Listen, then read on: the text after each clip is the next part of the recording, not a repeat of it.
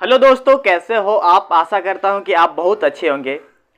दोस्तों, आज के इस लेक्चर में हम नया चैप्टर स्टार्ट करने वाले हैं और आज के इस चैप्टर का नाम है deflection of beam. Basically chapter number 7 आज से हम स्टार्ट करने वाले हैं और इसके पहले तक हमने चैप्टर नंबर 6 ख़त्म कर दिया था, जो था शेयर फोर्स इन बीम। ठीक है, तो शेयर स्ट्रेस इन बीम व शेयर फोर्स इन बीम है ना। तो शेयर फोर्स यूज करके शेयर स्ट्रेस निकालते थे। उसके बाद अब हम पढ़ेंगे डिफ्लेक्शन ऑफ बीम।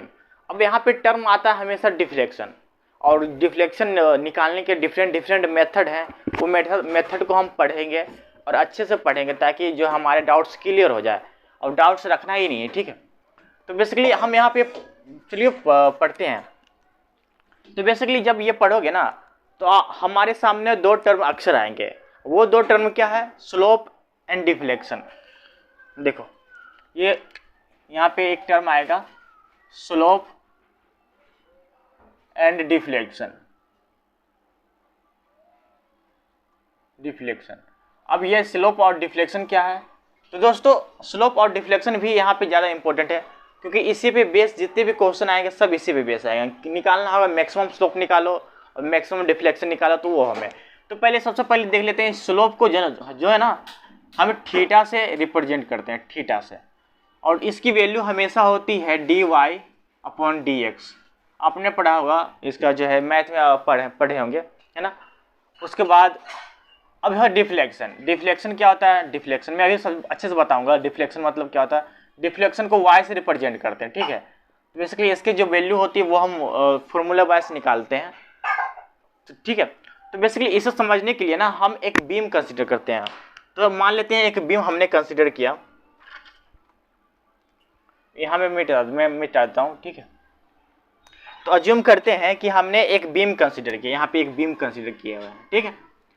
जब सिंपली सपोर्टेड बीम कंसिडर करते हैं तो यहाँ पे एक हिंज लगाते हैं और यहाँ पे क्या लगाते हैं? एक रोलर लगाते हैं, है कि नहीं। यहाँ पे एक रोलर लगाएंगे।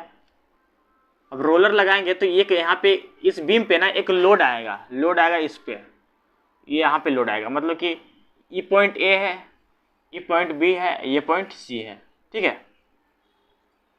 समझ गए? आई होप आपको समझ में आ रहा होगा दोस्त। और जो यहाँ से यहाँ तक की लेंथ है इसकी l/2 मान लेते हैं, लेंथ है l/2। यहाँ से यहाँ तक की लेंथ क्या है? l/2, ठीक है। अब देखो, ये जो है ना लोड कितना है? W किलो न्यूटन मान लेते हैं, क्योंकि यहाँ पे पॉइंट लोड है तो पॉइंट लोड को हम किलो न्यूटन में हमेशा रखेंगे, ठीक। तो जब देखो कि अगर इस पॉइंट पे कोई लोड, ट्रांसवर्स लोड अप्लाई होता है तो कैसा बीम रिएक्ट करता है। मैं आपको समझाने के लिए एक एग्जांपल देता हूँ कि एक आदमी इधर खड़ा है और एक आदमी इधर खड़ा है, ठीक है। और दोनों एक धागा लिए हुए हैं। इस धागा में ना एक पत्थर बांध दिया बीच में। जब पत्थर बांध देगा तो क्या होगा? धागा क्या होगा? नीचे की तरफ झुक जाएगा, है ना। नीचे की तरफ झुक जाएगा। क्यों झुकेगा? क्योंकि ये जो यहाँ पे कोई पत्थर है तो पत्थर अपने भार से इस धागे को नीचे की तरफ वो क्या करने की कोशिश कर रहा है? दबाने की कोशिश कर रहा है ना, डिफ्लेक्ट करने की कोशिश कर रहा है। तो वही हम यहाँ पे समझाने की कोशिश कर रहा हूँ मैं आपको कि जब यहाँ पे किसी बीम पे किसी पॉइंट पे लोड लगता है तो उस जिस पॉइंट पे लोड लग रहा है ना, उस पॉइंट पे क्या कर रहा है?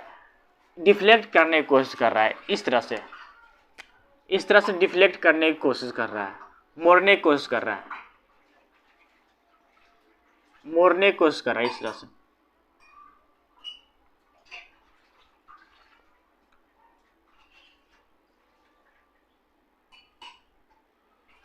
इस तरह से मोड़ने की कोशिश कर रहा है, ठीक है। अब दोस्त, जब इस तरह से मोड़ने की कोशिश कर रहा है तो बेसिकली जिस पॉइंट पे लोड लग रहा है ना वहाँ पे ज़्यादा एकदम झुका हुआ रहेगा, ज़्यादा डिफ्लेक्ट होगा। जिस पॉइंट पे लोड लगा हुआ है, मान लेते हैं यहाँ पे लोड लगा हुआ है, तो इस पॉइंट पे अगर सामने देखे तो वो उसी पॉइंट पे बहुत ज़्यादा नीचे झुका हुआ रहता है और यहाँ पे एक तरह का डेविएशन होता है, ठीक है। ये एक तरह का डिस्टेंस क्रिएट हो जाता है। ये पहले वाला बीम है जब यहाँ पे कोई लोड अप्लाई नहीं हो रहा था, लेकिन जब लोड अप्लाई हुआ तो उसके बाद क्या हो रहा? वो लोड जो है कर्व फॉर्म में एक शेप क्रिएट कर दे रहा है ना। इस तरह से फॉर्म बन जा रहा है। मतलब ये जो है इस बीम जो झुक जा रहा है, ठीक है। झुक जा रहा, ऐसे जब बीम झुकेगा तो इसका मतलब क्या होगा? यहाँ पे क्या बेंड हो रहा है ना। ये बेंड होने की कोशिश कर रहा है, तो इसके अगर इसकी थिकनेस ज़्यादा है तो इधर वाले थिकनेस पे, नीचे वाले थिकनेस पे क्या होगा, टेंशन क्रिएट होगा, है ना, और उधर वाले थिकनेस पे कंप्रेशन का क्रिएट होगा। तो बेसिकली ये तो बात की बात है, इसके बारे में हमने इसके पहले पढ़ा था, ठीक है। तो बेसिकली ये मिटा देता हूँ अभी जिसकी ज़रूरत नहीं है। तो बेसिकली जब क्या है, यहाँ पे जब लोड लग रहा है किसी बीम पे तो वो कर्व शेप में अपना कर्व शेप जो है बना ले रहा है। तो इस कर्व शेप को ना क्या बोलेंगे, इलास्टिक कर्व, इलास्टिक कर्व बोलेंगे। अब क्यों बोलते हैं इलास्टिक कर्व ये भी समझ लो, क्योंकि इलास्टिक मतलब होता क्या है, इलास्टिक वैसे मटेरियल होते हैं, ये वो मतलब ऐसे गुण होते हैं इलास्टिसिटी की, जब उस पर अगर किसी तरह का परिवर्तन आया, चेंजेस आए, तो वो जो है एकदम छोटे से पीरियड के लिए उसमें चेंजेस आता है। अगर वो कोई चीज़ हटा देते हैं तो वो फिर से जो है पहले वाले अपने शेप में आ जाता है। जैसे कि अगर बैलून को लेते हैं, बैलून में हवा भरते हैं तो क्या होता है, बैलून बड़ा हो जाता है, फिर हवा निकाल लेते हैं तो पहले वाले शेप में हो जाता है। तो वही चीज़ है, जब यहाँ पे लोड लगाया हुआ है तो लोड जितना तक लगाया, जिस समय तक लोड लगाया उसी समय तक ये जो है बीम जो है बेंड है। अगर लोड हटा देंगे तो बीम जो है पहले जैसा हो जाएगा, ठीक है। यहाँ पे कोई भी प्लास्टिक डिफॉर्मेशन नहीं हो रहा, तो यहाँ पे प्लास्टिक के बारे में स्टडी नहीं करेंगे, ठीक है। तो बेसिकली ये जो है कुछ समय के लिए जो यहाँ पे कर्व ऐसा शेप ले रहा है। अगर जब ये जो लोड हट जाएगा तो क्या होगा, कर्व का फॉर्म जो है स्टैंड बन जाएगा। आप कभी कभार देखो होगे कि कहीं कहीं में सीलिंग में अक्सर ये चीज़ देखने को मिलता है, जहाँ पे सीलिंग में वो जो बीम होता है ना, छत वाले बीम में बीम होता है, तो छत वाले बीम में ऐसे थोड़ा कर्व, कोई जो छत होता है कर्व टाइप का होता है। क्यों होता है, क्योंकि वहाँ पे ज़्यादा लोड लग रहा है, उस बीम के कारण ज़्यादा लोड लग रहा है, तो वो थोड़ा कर्व टाइप का शेप ले लेता है। तो वो चीज़ है, चलो कोई नहीं। तो अब देखते हैं ये जो डेविएशन हो रहा है ना, यहाँ से लेकर यहाँ तक, तो बेसिकली पहले तो सी यहाँ पे था, अब सी कहाँ आ गया, यहाँ पे आ गया, इसे सी डैश बोल लेते हैं। तो ये जो डेविएशन हो रहा है, डिस्टेंस क्रिएट हो रहा है, उसे हम बोलेंगे डिफ्लेक्शन। तो वाई सी क्या हो गया, यहाँ पे वाई सी हो गया डिफ्लेक्शन, ठीक है। ध्यान से समझना, वाई सी क्या है, डिफ्लेक्शन। अब देखो अब क्या करेंगे, अब ये जो कर्व क्रिएट हो रहा है ना, ये कर्व, तो अगर यहाँ से एक टेंजेंट खींचने की कोशिश करें, इस तरह से टेंजेंट खींचने की कोशिश करें हम, अगर फिर यहाँ से भी एक टेंजेंट खींचने की कोशिश करें हम, टेंजेंट, तो देखो कि इस टेंजेंट से एक एंगल क्रिएट करेंगे। इस टेंजेंट से पहले वाले बीम का स्ट्रक्चर तक एक एंगल क्रिएट करेंगे, तो ये एंगल जो है थीटा ए बन जाएगा। ये थीटा ए जो है, और इस टेंजेंट से ऊपर के जो है इस बीम तक एक एंगल क्रिएट करेंगे, तो यहाँ थीटा बी बन जाएगा। और ये जो थीटा ए और थीटा बी है, उसे क्या बोलते हैं, उसे बोलते हैं स्लोप, ठीक है। इसे हम स्लोप बोलते हैं दोस्त, ठीक है। तो स्लोप, इसका वैल्यू अक्सर होता है, इसका value D Y upon D X, ठीक है। वाई को एक्स बार डेरिवेटिव करते तो स्लोप आ रहा है, ठीक है।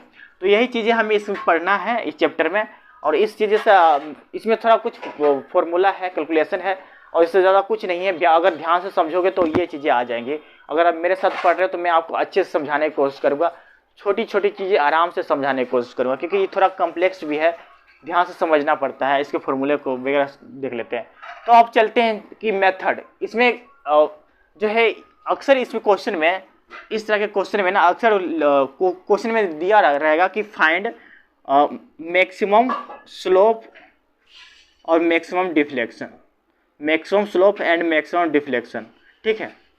अक्सर फाइंड आउट करने के लिए बोलेगा, ठीक है। तो बेसिकली ये दोनों कैसे फाइंड आउट होते हैं, ये दोनों जो स्लोप, मैक्सिमम स्लोप और मैक्सिमम डिफ्लेक्शन फाइंड आउट करने का एक तरीका होता है, ठीक है। तो उस तरीके के बारे में भी हम यहाँ पे पढ़ने की कोशिश करेंगे। तो अब कौन कौन से तरीके होते हैं जिससे हम मैक्सिमम स्लोप और मैक्सिमम डिफ्लेक्शन फाइंड आउट कर सकते हैं। तो चलो दोस्त हम समझ लेते हैं। तो बेसिकली जब हम मैक्सिमम स्लोप और मैक्सिमम डिफ्लेक्शन फाइंड आउट करते हैं तो इसके 4 मेथड होते हैं, ठीक है। तो इसके 4 मेथड होते हैं। मैं यहाँ पे इसे सबसे पहले मिटा देता हूँ, अगर आपको बनाना हो तो बना लेना, ठीक है, डायग्राम।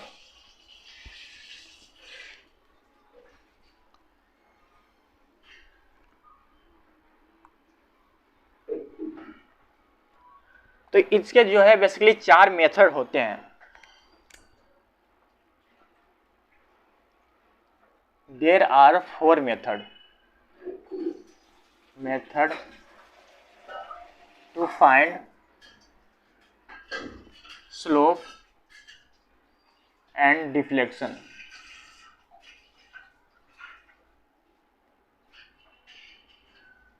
ठीक है, तो अब देख लेते हैं अब ये मेथड कौन कौन से हैं, तो ये मेथड भी देख लेते हैं। तो पहला देख लेते हैं, पहला ये है, पहला बोलता है double integration method.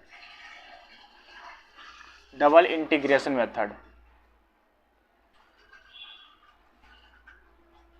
Integration method, ठीक है, डबल इंटीग्रेशन मेथड। और इसको एक और नाम है अच्छा सा,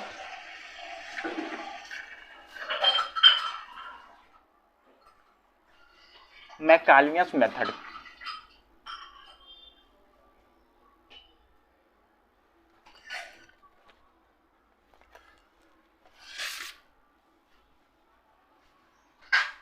मैकालियस मेथड देख लेना नाम भाई, नाम अगर सही हो तो कोई दिक्कत नहीं, बेसिकली नाम से उतना मायने नहीं रखता। अगर आपको ये दोनों मेथड है ना, दोनों सेम ही मेथड है, ठीक है। डबल इंटीग्रेशन मेथड भी बोल सकते हैं उसको, या मैकालियस मेथड भी बोल सकते हैं, ठीक है। अब दूसरा देख लेते हैं, दूसरा क्या है, moment area method. Moment area method, ठीक है, दूसरा मोमेंट एरिया मेथड। तीसरा है strain energy, strain energy, ERG energy method. और कास्टिलियानो मेथड है, कास्टिलियानो मेथड।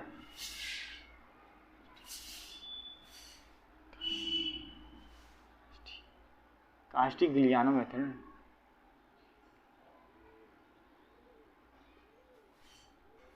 No method. और चौथा है सुपरपोजिशन मेथड।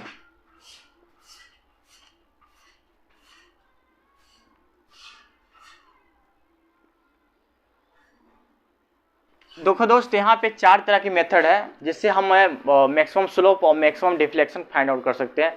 और चारों मेथड एकदम आसान है, बस थोड़ा सा ध्यान देना पड़ेगा कि कैसे कब कौन सा मेथड अप्लाई करेंगे, क्योंकि डिफरेंट क्वेश्चन के लिए ना डिफरेंट मेथड अप्लाई होता है। तो हमें ध्यान रखना है कि कौन सा मेथड किस टाइप के क्वेश्चन के लिए अप्लाई होता है। और यहाँ पे बहुत ज़्यादा कंफ्यूजन बात ये होता है कि हमें ज़्यादातर क्वेश्चन सेम ही लगते हैं, और कुछ क्वेश्चन ऐसे भी होते हैं दोस्त कि डिफरेंट मेथड से वो क्वेश्चन भी सोल्व कर सकते हैं अगर आप करना चाहें तो बेसिकली क्वेश्चन बनाते समय हमेशा ये बात ध्यान रखना कि सबसे अच्छे से कौन सा मेथड आपको आता है ना, सबसे अच्छे से कौन सा मेथड आपको आता है, और सबसे कम टाइम में कौन सा मेथड से आप क्वेश्चन को सोल्व कर सकते हो।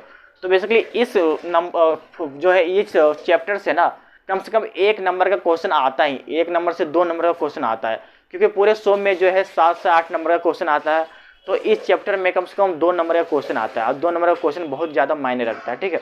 चलो हम आगे देख लेते हैं। तो सबसे पहले पढ़ेंगे डबल इंटीग्रेशन मेथड, ठीक है ना। तो डबल इंटीग्रेशन मेथड पढ़ लेते हैं।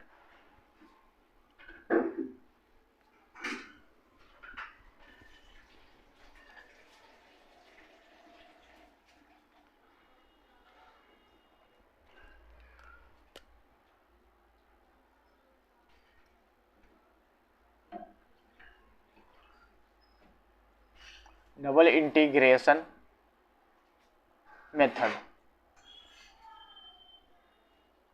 तो डबल इंटीग्रेशन मेथड यहाँ पे वर्ड से ही या सेंटेंस से ही पढ़कर हम समझ पा रहे हैं कि ये कौन सा मेथड होने वाला है। बेसिकली डबल इंटीग्रेशन, तो इसका मतलब है कि हम कोई भी इक्वेशन दिया होगा उसमें हम 2 बार इंटीग्रेशन करेंगे। जब 2 बार इंटीग्रेशन करेंगे तो कुछ लिमिट्स होंगे, उस लिमिट को पुट करेंगे। जब लिमिट्स पुट करेंगे तो मैक्सिमम स्लोप और मैक्सिमम डिफ्लेक्शन आ जाएगा।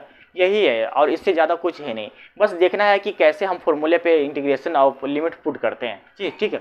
तो पहले देखो, इसे समझने के लिए ना हमें समझना पड़ेगा कि जैसे कि यहाँ पे एक स्ट्रक्चर है, यहाँ पे हम मान लेते हैं कि ये एक स्ट्रक्चर है, ये बीम है, कोई बीम है ये, ठीक है। और जिम कर लेते हैं ये एक कोई बीम है। अब बीम है, बीम पे ना मोमेंट अप्लाई करते हैं, बीम पे मोमेंट अप्लाई करते हैं। मोमेंट यहाँ पे अप्लाई किए हैं इस तरह से, एम दोनों तरफ मोमेंट अप्लाई किए हैं। तो बेसिकली ये क्या हो रहा है, सैगिंग हो रहा है ना। जब मोमेंट अप्लाई करते हैं तो बॉडी इस ऊपर की तरफ मुड़ता है, तो इसे आप क्या बोलते हैं, सैगिंग बोलते हैं। और जब बॉडी इस तरह से मुड़ता है तो क्या बोलते हैं, हॉगिंग बोलते हैं। ठीक है, तो ये बेसिकली मैं आपको बताया था, शुरुआत के लेक्चर में बताया था। ठीक है, जब आप SFD BMD पढ़ रहे थे ना, तो मैं ये बताया था आपको। तो कोई बात नहीं, चलो आगे देख लेते हैं। तो बेसिकली जब ये बीम है, ये एक तरह का बीम है, बीम जब है जो ऊपर की तरफ ऐसे घूम रहा है, ऊपर की तरफ मोमेंट लगा रहा है, तो जब ऊपर की तरफ मोमेंट लगाएंगे तो ये क्या हो रहा है, एक तरह का आर्क क्रिएट कर रहा है। आर्क क्रिएट करेगा ना, इस तरह से एक आर्क क्रिएट कर लेगा, इस तरह का आर्क क्रिएट कर लेगा ना, एकदम कर लेगा, इस तरह का आर्क क्रिएट कर लेगा। जब ये इस तरह का आर्क क्रिएट करेगा, आर्क मतलब समझ रहे हो ना, आर्क मतलब है कि कोई भी सर्कल, ये है सर्कल को हम इतना दूर से मिटा दे रहे हैं, तो इसका मतलब क्या है, यहाँ पे इतना से इतना डिस्टेंस जो बच गया ना, उससे हम बोलते हैं आर्क बोलते हैं। ठीक है, इसके बोलते हैं आर्क। इसकी लेंथ जो है L मानते हैं, L लेते हैं। और बेसिकली जब ये, क्योंकि ये सर्कल था तो यहाँ पे एक केंद्र भी था, है ना, सेंटर भी था, तो हम यहाँ से इतना दूर तक इसे मिटा दिए हैं, तो ये सेंटर तो यहाँ पे रहेगा ना भाई, सेंटर तो यहाँ पे रहेगा। ठीक है, तो उसी तरह हम यहाँ पे अज्यूम कर लेते हैं कि इसका बीच का एक सेंटर है, इसके बीच का एक सेंटर है। अब जब ये सेंटर से यहाँ तक का डिस्टेंस होगा ना, यहाँ तक का डिस्टेंस क्या होगा, यहाँ से यहाँ तक का डिस्टेंस r होगा ना, ये तो रेडियस है, कि तो वही हम यहाँ पे अज्यूम कर लेते हैं कि ये एक यहाँ पे ये यहाँ से इसे मिल रहा है, तो ये एक रेडियस हो गया। बेसिकली इसे हम रेडियस ऑफ कर्वेचर बोलते हैं। ये r है, ये r है, ठीक है ना, इसे क्या बोलेंगे हम, रेडियस ऑफ कर्वेचर। तो बेसिकली हम अगर इसे स्टडी कर रहे हैं, तो स्टडी करने के लिए बेसिकली इसमें ना हम एक स्ट्रिप टाइप का कोई डायमेंशन मेजर मान लेते हैं। तो हम अज्यूम कर लेते हैं कि इसका जो है यहाँ से लेकर के यहाँ तक एक स्ट्रिप कंसिडर किया है। स्ट्रिप, ध्यान रखना, क्योंकि जब स्ट्रिप कंसिडर किया है तो इसका जो है ये स्ट्रेंथ लाइन बन गया। भाई देखो कि जब हम बड़े लेवल पे स्टडी कर रहे हैं तब तो ये आर्क दिखाई दे रहा है, लेकिन जब हम इतना छोटा पे स्टडी करेंगे, इतना छोटा पे, तो ये आर्क दिखाई देगा, ये आर्क नहीं दिखाई देगा, ये स्ट्रेंथ लाइन टाइप का दिखाई देगा। समझ गए ना, तो वही हम अज्यूम कर लेते हैं कि ये एक जो है, हम यहाँ मिटा दे रहा हूँ, ठीक है, ये वाला मिटा दे रहा हूँ क्योंकि ये जो बेंड हो गया इस तरह से कन्वर्ट हो गया, तो ये मिटा दे रहा हूँ। ठीक, चलो, तो अब यहाँ पे ये जो है एक स्ट्रेंथ लाइन की तरह रिप्रेजेंट हो रहा है। तो मतलब कि ये है कि यहाँ से लेकर के यहाँ तक का डिस्टेंस जो हम dx मान लेते हैं, क्योंकि ये स्मॉल है तो dx मान लेंगे बेसिकली। और ये तो पॉइंट है, पॉइंट से लेकर के यहाँ तक का डिस्टेंस ये तो r होगा ही, ठीक है, ये r होगा ही। लेकिन अगर ध्यान से देखो कि अगर हम यहाँ से लेकर के ये वाला अगर हम इस एंगल क्योंकि ये पूरा एंगल जो है ना थीटा है, पूरा एंगल थीटा है। अब इसे छोटा सा एंगल हम कंसीडर कर रहे हैं, तो ये क्या हो जाएगा, डी थीटा। ध्यान समझ रहे हो ना, ये जो छोटा सा एंगल जो बन रहा है बीच में, वो डी थीटा हम कंसीडर कर रहे हैं। ठीक है, तो बेसिकली जब हम ऐसे वाला जो वो कोई भी इस तरह का स्ट्रक्चर होता है ना, तो ये एल होता है, ये आर होता है, ये तो थीटा होता है। ठीक है, तब हम अगर आर, ये फॉर्मूला एल का फॉर्मूला लगता है यहाँ पे, तो जब हमें एल निकालना होता है तो ये एल इक्वल टू, हमें आर को थीटा से मल्टीप्लाई करते हैं, आर को थीटा से मल्टीप्लाई करते हैं, तो एल की वैल्यू निकलती है। उसी तरह हमें यहाँ पे करना, हमें क्या करना है, डी एक्स की वैल्यू निकालना। तो डी एक्स निकालेंगे तो आर को डी थीटा के साथ मल्टीप्लाई करेंगे। ध्यान से समझना दोस्त, मैं आराम से आपको समझा रहा हूँ ताकि आप अच्छे समझ पाओ। ठीक है, ठीक है, तो अब देखो, क्योंकि हमें डी एक्स की वैल्यू निकालना है तो आर को डी थीटा के साथ मल्टीप्लाई करेंगे, क्योंकि मैंने आपको समझाया था क्यों करते हैं। बेसिकली ये जो टर्म जब पढ़ोगे थ्योरी ऑफ मोशन, तब आपको ये अच्छे से समझ में आएगा। ठीक है, तो चलो आगे देख लेते हैं। क्योंकि हम क्या कर रहे हैं ना, डी एक्स निकाल रहे हैं, तो डी एक्स का formula R into D theta हो गया। तो अब चलो हम क्या कर लेते हैं, आर को इधर लेके चलाते हैं। आर को इधर लेके चलाएंगे तो ये 1/r हो जाएगा, एक्स को इधर लेके चले जाएंगे तो D theta upon D x हो जाएगा, है कि नहीं, इतना हो जाएगा। उसके बाद देखना, क्योंकि हम यहाँ पे ये क्या हो रहा है, बेंड हो रहा है ना, यहाँ पे जो बीम है ये बेंड हो रहा है इस तरह से, क्योंकि यहाँ मोमेंट लगाया हुआ है, तो मोमेंट लगा रहा है तो बेंड हो रहा है। जब बेंड हो रहा है तो हम बेंडिंग मोमेंट वाले क्वेश्चन यहाँ पे लगाएंगे, बेंडिंग स्ट्रेस वाले। तो हमें पता है बेंडिंग स्ट्रेस वाले फॉर्मूला क्या होता है, m/i सिग्मा/i, है ना, m/i सिग्मा/y फिर e/r। ठीक है, तो बेसिकली इसमें कौन कौन सा टर्म यूज हो रहा है, m तो यूज होगा क्योंकि मोमेंट लग रहा है, i बेसिकली यूज होगा क्योंकि मोमेंट ऑफ इनर्शिया है, तो i का फॉर्मूला होता है और क्रॉस सेक्शन के अकॉर्डिंग। ठीक है, और सिग्मा और y बेसिकली वहाँ पे जो है सिग्मा वाई लग ही नहीं रहा है, तो सिग्मा वाई हटा देंगे। तो बेसिकली यहाँ पे क्या बच गया, ई और आर। ई तो क्या है, मटेरियल की प्रॉपर्टी है, और आर जो है रेडियस कर्वेचर, आर तो लग रहा है। तो हम ये दोनों फॉर्मूला यूज करेंगे। क्या, कौन सा फॉर्मूला, m/i = E/r। ये वाला फॉर्मूला यूज करके हम आर निकालेंगे। ये वाला फॉर्मूला हम यूज करेंगे तो आर निकालेंगे, क्या होगा, ई को इधर लेके चलाएंगे तो m/ei हो गया ना। ये क्या होगा, 1/r। बेसिकली हमें 1/r ही निकालना था। तो 1/r की वैल्यू क्या होगा, यहाँ से ये वाला फॉर्मूला होगा, ये वाला निकल गया। तो ये क्या लिख देंगे यहाँ पे, m/ei = dθ/dx। ठीक है, इतना हो गया। अब देखो हम क्या करते हैं, बेसिकली हमें यहाँ पे मोमेंट निकालना है, ठीक है ना। जब मोमेंट निकालना है तो बेसिकली मैंने आपको बताया था दोस्त कि बेसिकली थीटा = क्या होता है। इसके पहले बेसिकली थीटा जो है स्लोप है ना, थीटा जो है स्लोप है, और थीटा का मतलब क्या होता है, dy/dx, dy/dx होता है ना। मैंने आपको इसके पहले बताया था थीटा = dy/dx होता है। तो बेसिकली यहाँ पे थीटा है, थीटा की वैल्यू यहाँ पे रख देंगे। ये तो m/ei हो गया। अब क्या होगा, d/dx। अब यहाँ पे क्या हो गया, dy/dx। ठीक है, क्योंकि यहाँ पे थीटा है और थीटा की वैल्यू हम यहाँ पे रख दिए। ठीक है, कोई दिक्कत नहीं। अब हम इसे मर्ज कर देंगे तो क्या हो जाएगा, यहाँ से मैं इस तरह से कर देता हूँ।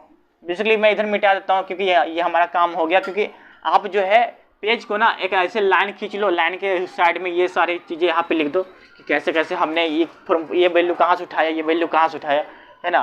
तो आपको बाद में भी जब रिवाइज करोगे तो आपको समझ में आता रहेगा। तो देखो अब क्या करते हैं, अब देखो ये जो है ना, इसे हम इस तरह से लिख देंगे। इसे हम इस तरह से लिखेंगे, कोई दिक्कत होगा क्या, m/ei। इसे इस तरह से लिखेंगे, कोई दिक्कत होगा। फिर ये क्या हो जाएगा, ये d²y/dx²। कोई दिक्कत नहीं, मेरे ख्याल से कोई दिक्कत नहीं आ रहा। अगर कहीं दिक्कत हो तो हमें बताना, ठीक है। अब हम क्या करेंगे, यहाँ से मोमेंट निकालेंगे। तो ये हो गया m हो गया, ei को उधर लेके चले जाएंगे तो ei हो गया यहाँ पे d²y और dx²। ठीक है, इतना हो गया। और ये जो फॉर्मूला है ना, ये बहुत ज़्यादा इंपॉर्टेंट है, बहुत ज़्यादा इंपॉर्टेंट है। ठीक है, इसे हम इक्वेशन 1 मान लेते हैं, इसे हम इक्वेशन 1 मान लेंगे। और ये बहुत ज़्यादा यूजेबल है, इसे याद रखना है, ठीक है ना। चलो कोई बात नहीं। बेसिकली हम क्या करते हैं ना, हम मोमेंट का जो है मोमेंट निकालते हैं, बेंडिंग से जो है बेंडिंग का इक्वेशन से मोमेंट निकालते हैं। मोमेंट निकाल के हम इंटीग्रेट करते हैं 2 बार, तो उससे आराम से निकल जाता है। क्योंकि हमें पता है कि इसका वैल्यू क्या है, ये पूरा इक्वेशन ये है। ऐसे देखो हम इस तरह से लिख देंगे, कोई दिक्कत होगा क्या, ei d²y dx² = m। कोई दिक्कत होगा क्या, ऐसे लिख देंगे तो नहीं होगा। तो बेसिकली इस इक्वेशन को ना अब एक बार इंटीग्रेट करेंगे। तो ये करेंगे इंटीग्रेट इक्वेशन 1। इक्वेशन 1 है, उसे इंटीग्रेट करेंगे। तो इंटीग्रेट कर दें, फिर क्या हो जाएगा, ऐसे जगह ei d²y dx² = m। ये हो जाएगा ना, इंटीग्रेट करेंगे। तो हम चलो इंटीग्रेट करते हैं इसको। इंटीग्रेट करेंगे तो क्या हो जाएगा, ei हो जाएगा पहले, फिर ये जो d²y है dx² है, तो ये हो जाएगा dy/dx। ठीक है, फिर यहाँ क्या हो जाएगा, m + c हो जाएगा। ठीक है, ये हो जाएगा। अब क्या करते हैं, बेसिकली हमें पढ़ना क्या करना क्या है, यहाँ पे डबल इंटीग्रेशन। हमने यहाँ पे लिखा हुआ डबल इंटीग्रेशन, मतलब 2 बार इंटीग्रेशन करना है। तो पहले तो 1 बार इंटीग्रेशन किया, तो बेसिकली ये फॉर्मूला आया। तो मतलब जब ये ऐसा वाला आता है ना, तो इससे स्लोप फाइंड आउट होता है, ये वाला फॉर्मूला से स्लोप फाइंड होता है। तो लिख देंगे फाउंड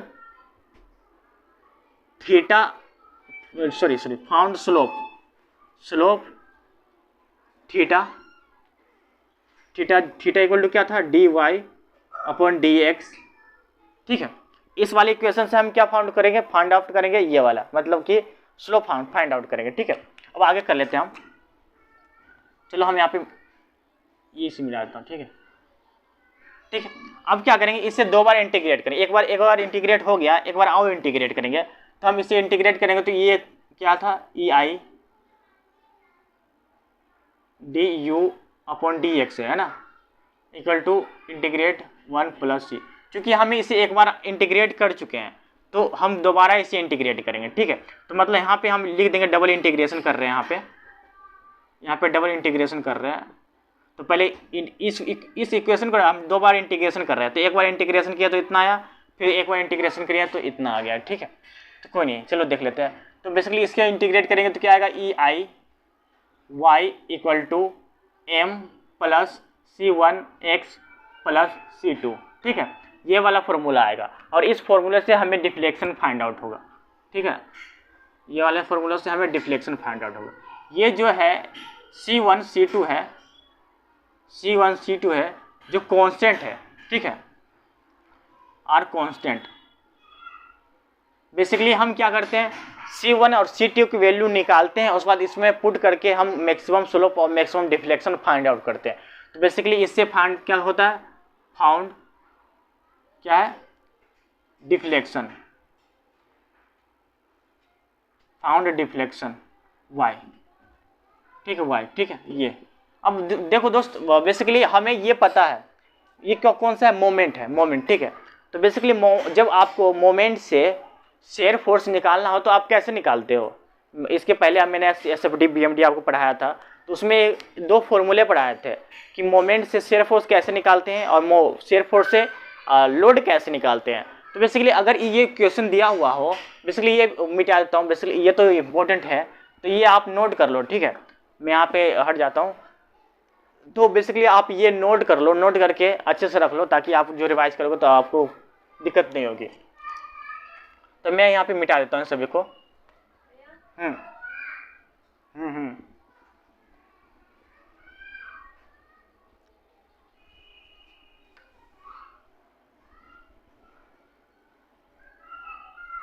देखो दोस्त, हमारे पास एक मोमेंट का इक्वेशन है, ठीक है ना।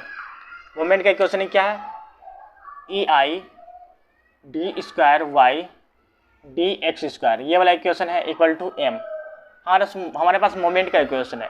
हमने मोमेंट के इक्वेशन से सिर्फ उसका इक्वेशन निकालना है।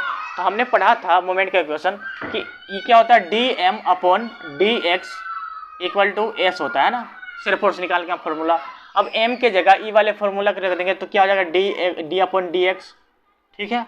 अभी क्या होगा, E I D Y D square Y upon D X square, ठीक है, ये हो गया।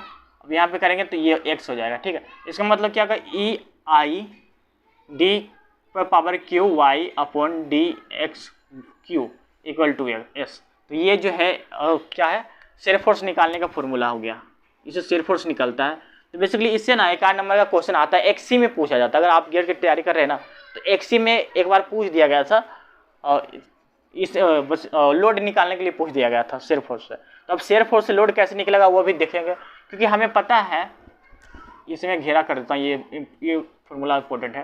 तो हमें पता है एक फॉर्मूला, कौन सा फॉर्मूला पता है, ये वाला formula, D S upon D X equal to क्या होता है, डब्लू, है ना। शेयर फोर्स को अगर एक्स के रिस्पेक्ट में डिफ्रेंशिएशन करेंगे तो डब्लू मिलेगा।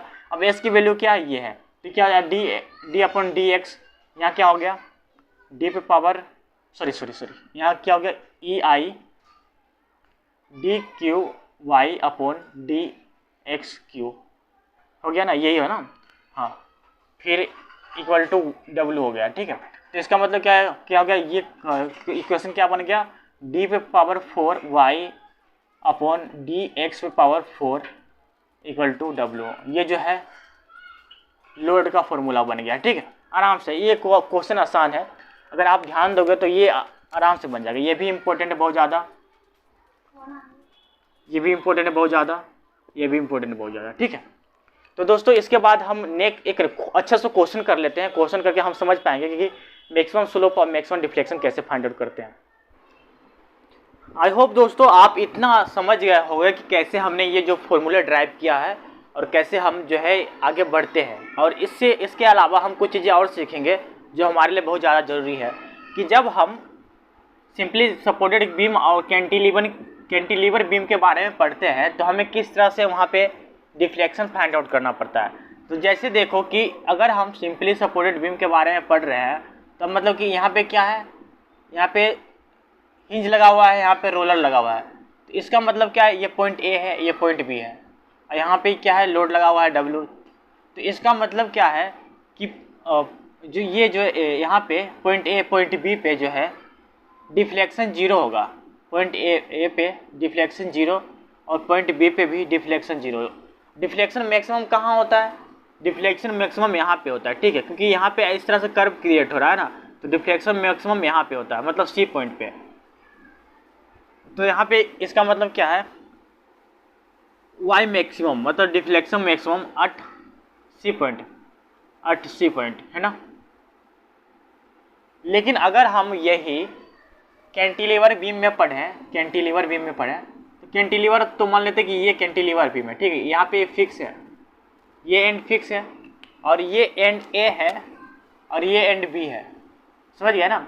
और यहाँ पे एक लोड लग रहा है, इस तरह से लोड लग रहा है, यहाँ पे ये एंड ए है, यहाँ पे एक लोड लग रहा है, डब्ल्यू लोड लग रहा है। तो इसका मतलब क्या है, जब यहाँ पे लोड लगेगा ना, तो यहाँ पे कैसे डिफ्लेक्ट होगा ये बीम? डिफ्लेक्ट होगा इस तरह से, इस तरह से डिफ्लेक्ट होगा, सॉरी इस तरह से डिफ्लेक्ट होगा,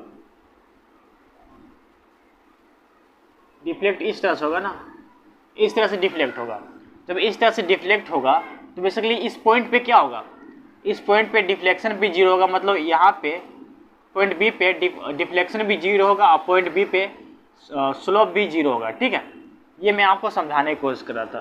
तो ये फॉर्मूला जो ये जो ट्रिक है, मतलब एक छोटा सा ट्रिक है, और बेसिकली जब ये पढ़ रहे हो ना सिंपली सपोर्टेड बीम पे, तो यहाँ पे कॉन्स्टेंट C2 की वैल्यू हमेशा 0 आती है। अब C2 की वैल्यू मतलब क्या आप बताना चाह रहे हो, आप सब कन्फ्यूज हो रहे हो ना। लेकिन जैसे जैसे हम क्वेश्चन करेंगे, सोल्व करेंगे, तो आपको समझ में आएगा कि C2 मतलब होता क्या है। मैंने आपको बताया था C1 और C2 जो है इक्वेशन का कॉन्स्टेंट होता है, कॉन्स्टेंट की वैल्यू निकाल करके इक्वेशन में पुट करते हैं, उसके बाद मैक्सिमम स्लोप और मैक्सिमम डिफ्लेक्शन फाइंड आउट होता है। तो वही चीज़ें हम यहाँ पे समझाने की कोशिश कर रहे थे। तो ये चीज़ें ध्यान रखना कि C2 हमेशा सिंपली सपोर्टेड बीम में 0 होता है, ठीक है। और कहाँ कहाँ 0 होता है, कैंटिलीवर में कहाँ पे 0 होता है, स्लोप कहाँ पे 0 होता है, स्लोप कहाँ पे मैक्सिमम होता है, ये चीज़ें हमेशा ध्यान रखना, ठीक है। हम एक क्वेश्चन कर लेते हैं, क्वेश्चन से हम अच्छे से समझ पाएंगे कि क्या कैसे सोल्व होता है ये क्वेश्चन, ठीक है, आराम से।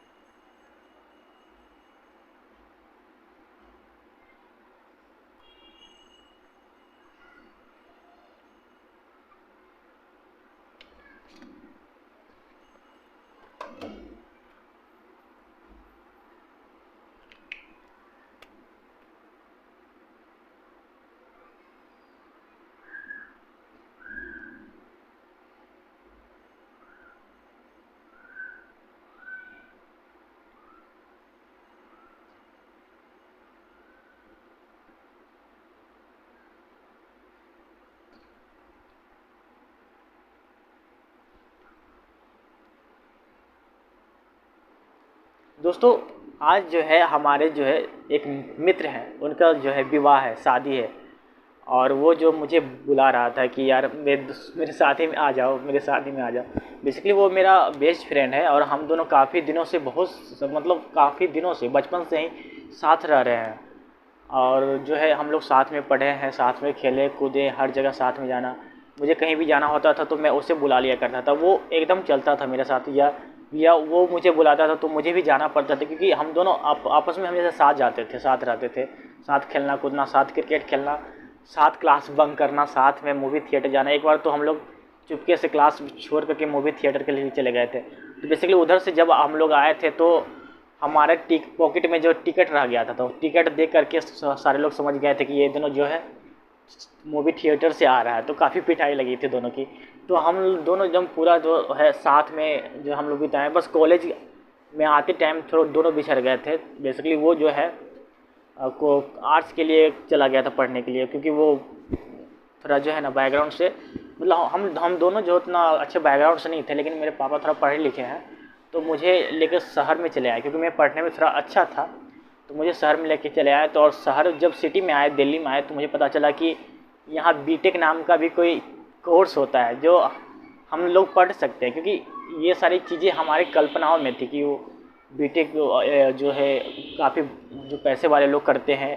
नीट जो डॉक्टर जो काफ़ी पैसे वाले लोग बनते हैं। बेसिकली डॉक्टर जो बहुत ज़्यादा पैसे वाले बनते हैं, क्योंकि अगर आप एग्ज़ाम क्वालिफाई नहीं किए तो बेसिकली आप नहीं बन सकते डॉक्टर। तो वही बात है।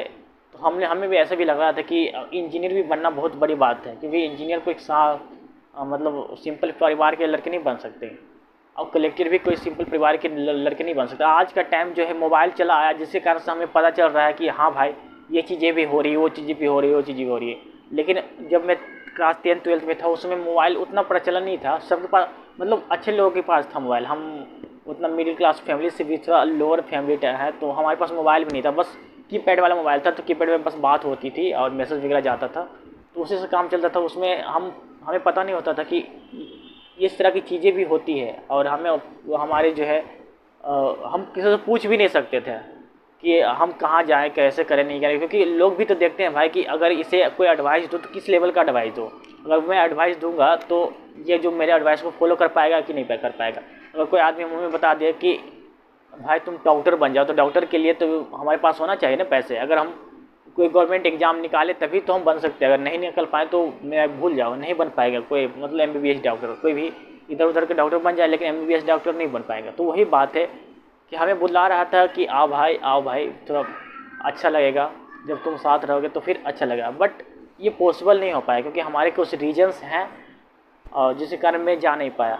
तो मैं कहना चाह रहा हूँ दोस्त कि जो हम लाइफ में ना अक्सर दोस्त होना चाहिए। अब अच्छे दोस्त हो या बुरे दोस्त हो, ये तो हमारे नेचर के ऊपर डिपेंड करता है। आप जिस नेचर के होते हो ना, आपके दोस्त भी उसी नेचर के बनते हैं। और कुछ दोस्त जो है बेस्ट दोस्त हमेशा होना चाहिए, जिसके लिए हम उसके लिए कुछ भी कर सकते हैं, वो भी हमारे लिए कुछ भी कर सकता है।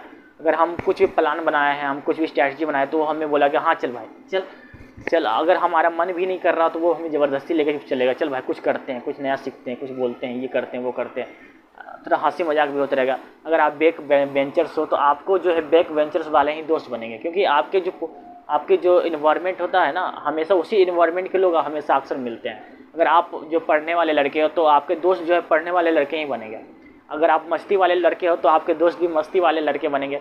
आप जिस नेचर के होते हो ना, वो दोस्त उसी नेचर का होता है। और दोस्त लाइफ में बहुत ज़्यादा ज़रूरी है, क्योंकि अगर आप वैसे भी एनालिसिस करो ना, तो जो सक्सेस व्यक्ति है ना, उससे अगर पूछो कि आपके लाइफ में फ्रेंड का कितना महत्व है, तो आपको बताएंगे कि फ्रेंड का बहुत ज़्यादा महत्व है। क्योंकि अगर वो फ्रेंड उसके लाइफ में नहीं होता तो वो उस पोजीशन पे आते ही नहीं, है ना। बहुत सारे दोस्त ऐसे हैं जो साथ में पढ़ाई करते हैं और साथ ही साथ दोनों जो है सिलेक्शन ले लेते हैं, IAS IPS, या जो नीट में सिलेक्शन ले लिए, JEE मेंस एडवांस में सिलेक्शन ले लिए, IIT में चले गए, दोनों साथ साथ, तीनों साथ साथ IIT में चले गए। तो ऐसे होता है ना।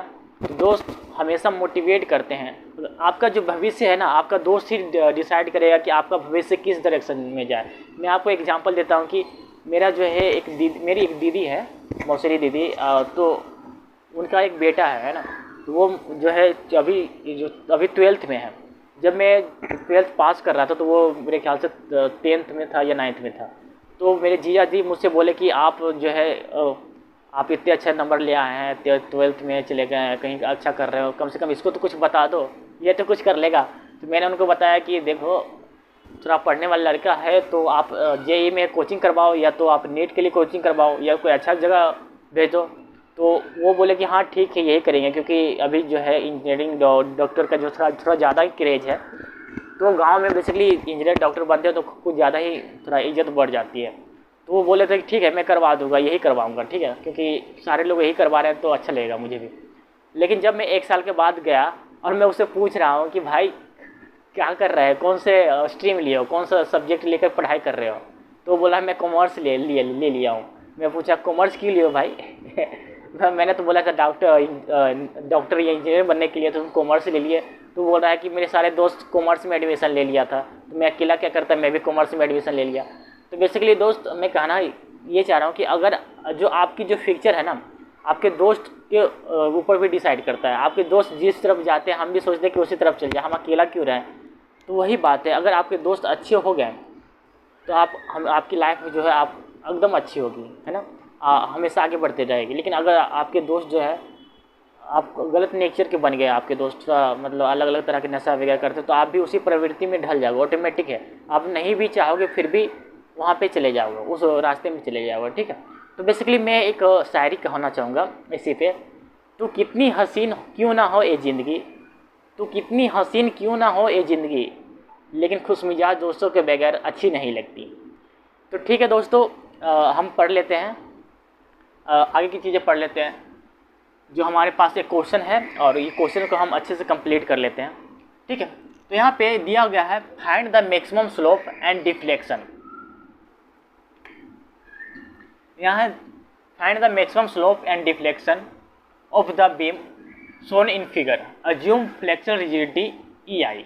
तो बेसिकली यहाँ पे निकालना क्या है, मैक्सिमम स्लोप एंड डिफ्लेक्शन निकालना है, ठीक है, डिफ्लेक्शन ऑफ अ बीम। यहाँ पे फ्लेक्सिबल रिजिडिटी दिया हुआ EI दिया हुआ है।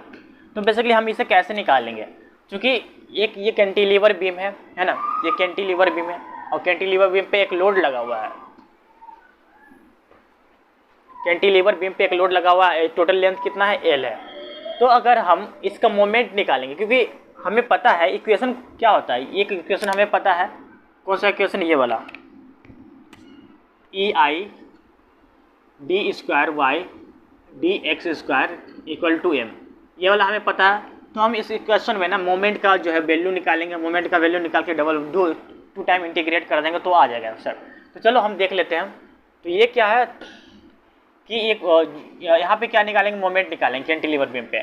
कैंटिलीवर पे बीम पे मोमेंट निकालने के लिए हम क्या करेंगे, इसमें एक सेक्शन क्रिएट करेंगे। मान लेते हैं हम यहाँ पे एक सेक्शन ले लेते हैं ऐसा, और चूँकि यहाँ से यहाँ तक हमें लेंथ पता नहीं है कि कितना लेंथ का सेक्शन है, तो अज्यूम कर लेते हैं यहाँ से लेकर यहाँ तक का ये जो है x लेंथ का एक सेक्शन है, ठीक है। अब हमें मोमेंट निकालना है, तो मोमेंट हम इस पॉइंट पे निकालते हैं, मोमेंट इस पॉइंट पे मोमेंट निकालेंगे।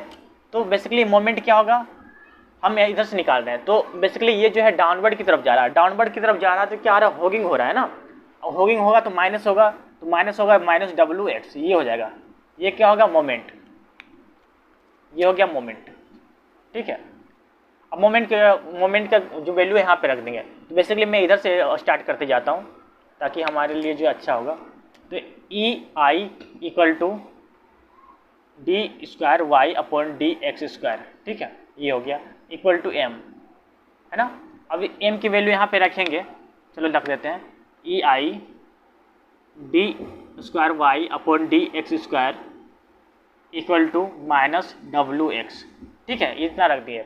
अब क्या करेंगे, इसे इंटीग्रेट कर देंगे, इंटीग्रेट करेंगे ऐसे करके, तो क्या हो जाएगा EI dy dx equal to -WX² 2 plus C, ये हो जाएगा ना, यही होगा ना, एक बार इंटीग्रेट करेंगे जब ये इतना वैल्यू आ जाएगा,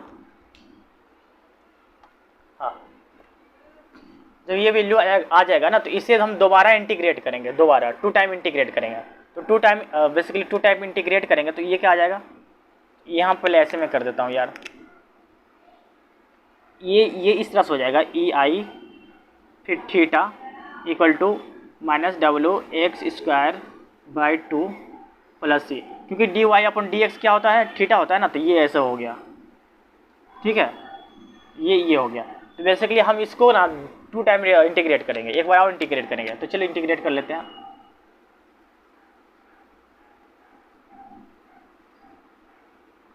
देख ये क्या है, E I D Y upon D X, ठीक है, इक्वल टू क्या हो गया, minus W X square by 2 plus C. इसे हम एक बार और इंटीग्रेट करेंगे, है ना, इंटीग्रेट करेंगे तो क्या हो जाएगा, ई आई यहाँ क्या होगा, Y equal to minus W X cube upon यहाँ 6 हो जाएगा ना, क्योंकि इसकी वैल्यू यहाँ पे 3 आएगा, 3 दूनी 6 हो जाएगा, प्लस C1x प्लस C2। देखो दोस्त, इसे सीखने के लिए ना इंटीग्रेशन आपको आना चाहिए। अगर इंटीग्रेशन नहीं आएगा ना तो फंस जाओगे, है ना। तो इसे सीखने के लिए आपको इंटीग्रेशन अच्छे से आना चाहिए।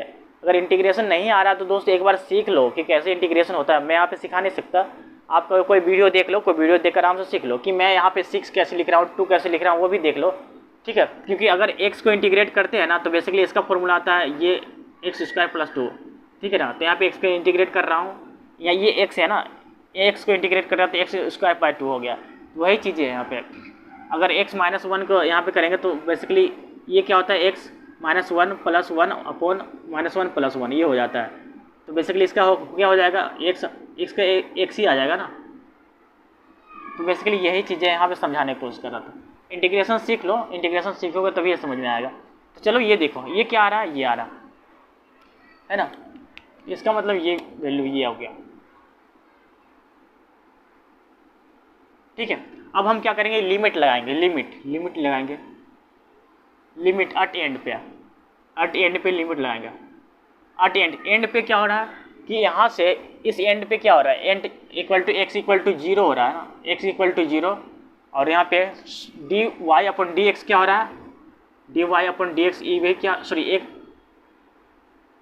D Y upon D X equal to क्या हो रहा है, यहाँ 0 एक्स, सॉरी यहाँ पे x इक्वल टू एंड पे क्या होता है, ये l होता है ना भाई, ये l होगा, सही है, ये l होगा। कोई नहीं, यहाँ पे देख लेते हैं। तो चलो बेसिकली हम क्या करेंगे ना, ये वाला हम फार्मूला यूज करेंगे, मतलब कि D Y upon D X ये वाला जो है फार्मूला यहाँ पे यूज करेंगे। तो चलो देखते हैं कि हम क्या करते हैं। ई आई है यहाँ पे, D Y upon D X यहाँ पे हो गया equal to minus W X square by 2 प्लस यहाँ सी है ना, सी मतलब सी है, मतलब C1 है यहाँ पे, ठीक है। तो x की वैल्यू यहाँ एल रखेंगे और फिर उसके बाद D Y upon D X की वैल्यू 0 होगा। जब यहाँ पे रखेंगे तो 0 हो जाएगा, यहाँ पे रखेंगे minus L square by 2 plus C1। तो C1 की वैल्यू क्या हो जाएगा, डब्लू एल स्क्वायर बाई 2, ठीक है, ये हो जाएगा। तो इसका मतलब समझ गए कि मैं ये क्या कह रहा हूँ, है कि नहीं। तो मैं इधर लिख देता हूँ, ठीक है। C1 की वैल्यू क्या आ गया, C1 की value W L square by 2 आ गया, ठीक है। चलो कोई नहीं, इतना आप नोट कर लो, मैं मिटा दे रहा हूँ क्योंकि मेरे पास जगह नहीं है, तो मैं मिटा दे रहा हूँ।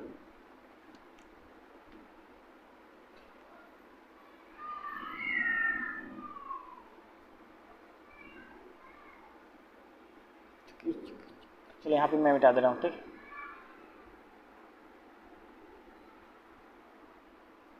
ये वाला जो है ना, मैं इधर लिख लेता हूँ कि बाद में काम आ जाए।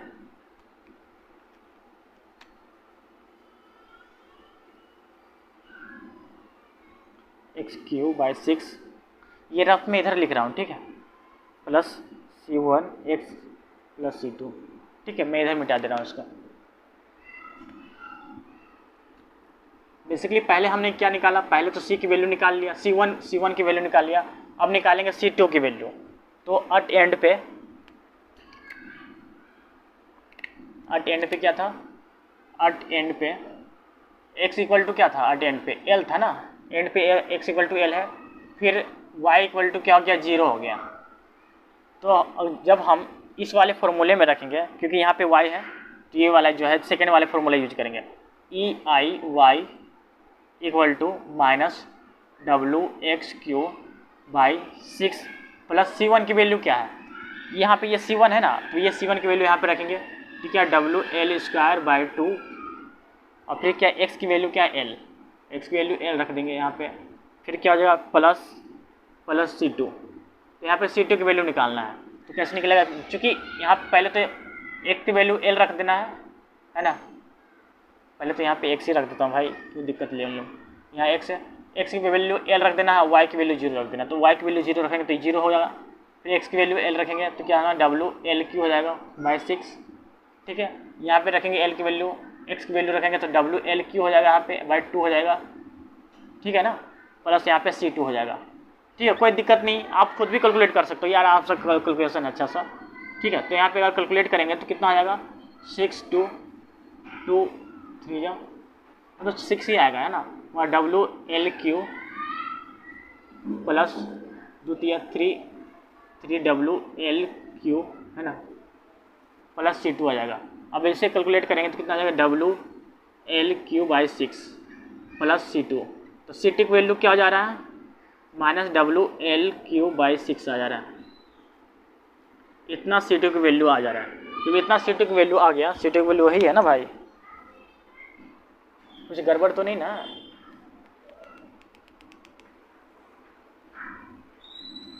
कुछ तो गड़बड़ है लग रहा है मेरा।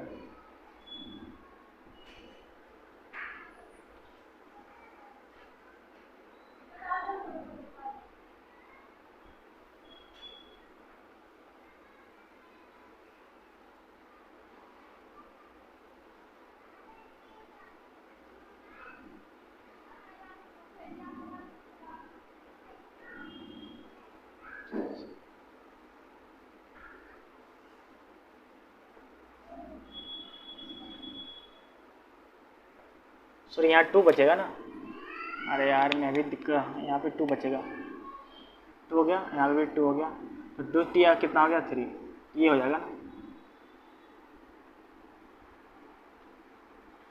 ठीक है, कितना हो जाएगा, C3 हो जाएगा ना। C2 की वैल्यू हो गया W minus W L Q by 3 हो जाएगा। ध्यान देना दोस्त, मैं बेसिकली ये कैलकुलेशन जो है, ऐसा नहीं है कि कैलकुलेशन नहीं आता मुझे, ऐसा नहीं है, बस कभी कभार छूट जाता है, ध्यान से निकल जाता है कि भाई ये यहाँ पे क्या करना है, यहाँ पे क्या करना है। ठीक है, तो C2 की वैल्यू ये है minus W L Q by 3 हो जाएगा। ठीक है, अब क्या करेंगे, हम आराम से निकाल लेंगे। तो सबसे पहले इसकी वैल्यू को ना हम यहाँ पे रखेंगे, फिर इसी वैल्यू को, दोनों की वैल्यू को हम यहाँ पे रख देंगे, तो हमें क्या निकल जाएगा, देखो आराम से हम निकाल लेते हैं। देखो हम क्या रखेंगे, जब हम स्लोप का इक्वेशन निकालते हैं, तो स्लोप का इक्वेशन निकालते हैं E I D Y upon D X निकालेंगे। ठीक है, इसका मतलब ये क्या हो गया, इसका मतलब यहाँ पे क्या था, W X square by 2 plus C1 की वैल्यू क्या है, डब्लू एल स्क्वायर बाई 2, ये हो गया। अब डिफ्लेक्शन का फॉर्मूला क्या, D Y upon D X equal to, यहाँ क्या था, minus W X cube by 6। ठीक है, उसके बाद प्लस C1 कितना है, C1 है डब्लू एल स्क्वायर बाई 2, यहाँ पे x है ना, x प्लस C2 की वैल्यू क्या है, minus W L Q by 3। तो बेसिकली अब क्या निकालना है, अब हमें निकालना है मैक्सिमम स्लोप निकालना है पहले। तो अब आते हैं इस पे, मैक्सिमम स्लोप निकालना है। तो मैक्सिमम स्लोप कैसे होगा, पहला क्या है, फॉर मैक्सिमम स्लोप।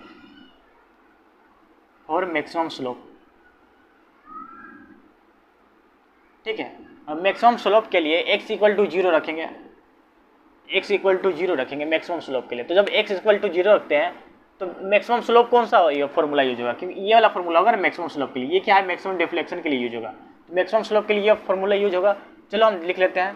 तो मैक्सिमम जो स्लोप कहाँ पे आएगा, मैक्सिमम स्लोप पॉइंट ए पे आएगा। ठीक है, तो पॉइंट ए पे मतलब कि ई आई हो गया, फिर D Y upon D X equal to, है ना, x इक्वल टू 0 हो गया। ठीक है, तो जब x इक्वल टू 0 होगा तो हम जहाँ x है वहाँ 0 रख देंगे। तो ये हो गया 0 प्लस ये क्या हो गया, डब्लू एल स्क्वायर बाई 2। इसका मतलब क्या हो गया, यहाँ से लेंगे, यहाँ से अगर लेंगे तो theta A equal to W L square upon 2 E I. Basically ये किसके लिए आएगा, मैक्सिमम स्लोप के लिए, मैक्सिमम स्लोप। ठीक है, मैक्सिमम स्लोप यही आ गया। ठीक है, ये आ गया ना, हाँ सही है, मैक्सिमम स्लोप ये आ गया। अब मैक्सिमम डिफ्लेक्शन कैसे निकालेंगे, क्योंकि हम मैक्सिमम डिफ्लेक्शन निकाल रहे हैं, तो मैक्सिमम डिफ्लेक्शन कैंटिलीवर भी में भी यही पे आएगा। मैंने आपको बताया था ना, इस पॉइंट पे, बी पॉइंट पे क्या आ रहा है, यहाँ स्लोप भी जीरो आ रहा है और उसका डिफ्लेक्शन भी जीरो आ रहा है। अब मैक्सिमम स्लोप मैक्सिमम डिफ्लेक्शन कहाँ पे आएगा, पॉइंट ए पे आएगा कैंटिलीवर में। तो हम मैक्सिमम स्लोप तो निकाल लिए, अब मैक्सिमम डिफ्लेक्शन निकालना है, तो चलो निकालते हैं। तो मैक्सिमम स्लोप तो ये निकल गया ना, अब मैक्सिमम डिफ्लेक्शन निकाल लेते हैं।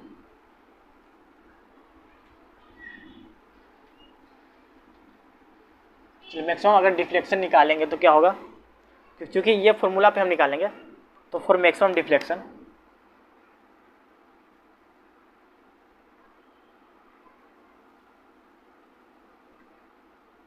डिफ्लेक्शन क्या होगा, x इक्वल टू 0 रखेंगे, ठीक है। तो यहाँ पे ई आई, ठीक है, y तो ये हो गया ना, यहाँ पे y हो गया, सॉरी y जो है ये y x इक्वल टू 0, ठीक है। तो x इक्वल टू 0 मतलब कि इस वाले फॉर्मूले रखना है जहाँ पे x होगा ना। चलो ऐसे लिख देते हैं यार, W(x)³/6 प्लस C1 कितना है, WL²/2 यहाँ x है, प्लस C2 कितना है, माइनस WL³/3 ये है। तो हम देख रहे हैं कि जहाँ पे x लगा हुआ है वहाँ पे 0 कर देना, क्योंकि x इक्वल टू x@0 है। तो मतलब कि यहाँ पे क्या हो जाएगा, E I Y A, ठीक है, क्योंकि ए पे मैक्सिमम स्लोप आ रहा है, सॉरी एक पे मैक्सिमम डिफ्लेक्शन आ रहा है। तो देखो क्योंकि यहाँ पे x है तो x इक्वल टू 0 होगा, ये फिर यहाँ पे भी 0 हो जाएगा। अब यहाँ क्या हो जाएगा, WL³/3 हो जाएगा, ठीक है ना।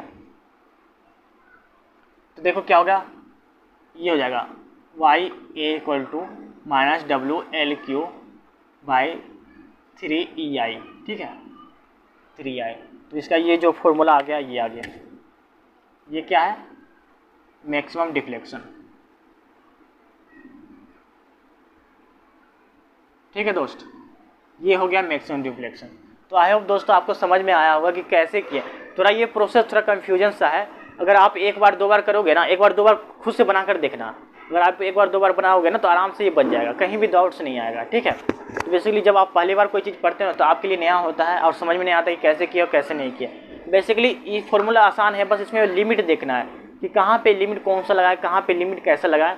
जब लिमिट लगाना सीख जाओगे तो आराम से ये क्वेश्चन सोल्व हो जाएगा, ठीक है। हम एक क्वेश्चन और देख लेते हैं इसी बेस कि हम यहाँ पे कैंटिलीवर पे पॉइंट लोड लग रहा था तो कैसा जो है फॉर्मूला फाइंड आउट हुआ। अगर कैंटिलीवर पे जो है यूडीएल लगा देंगे तब क्या होगा, यूडीएल लगाने पे क्या होगा, वो चीज़ हम देखेंगे यहाँ पे।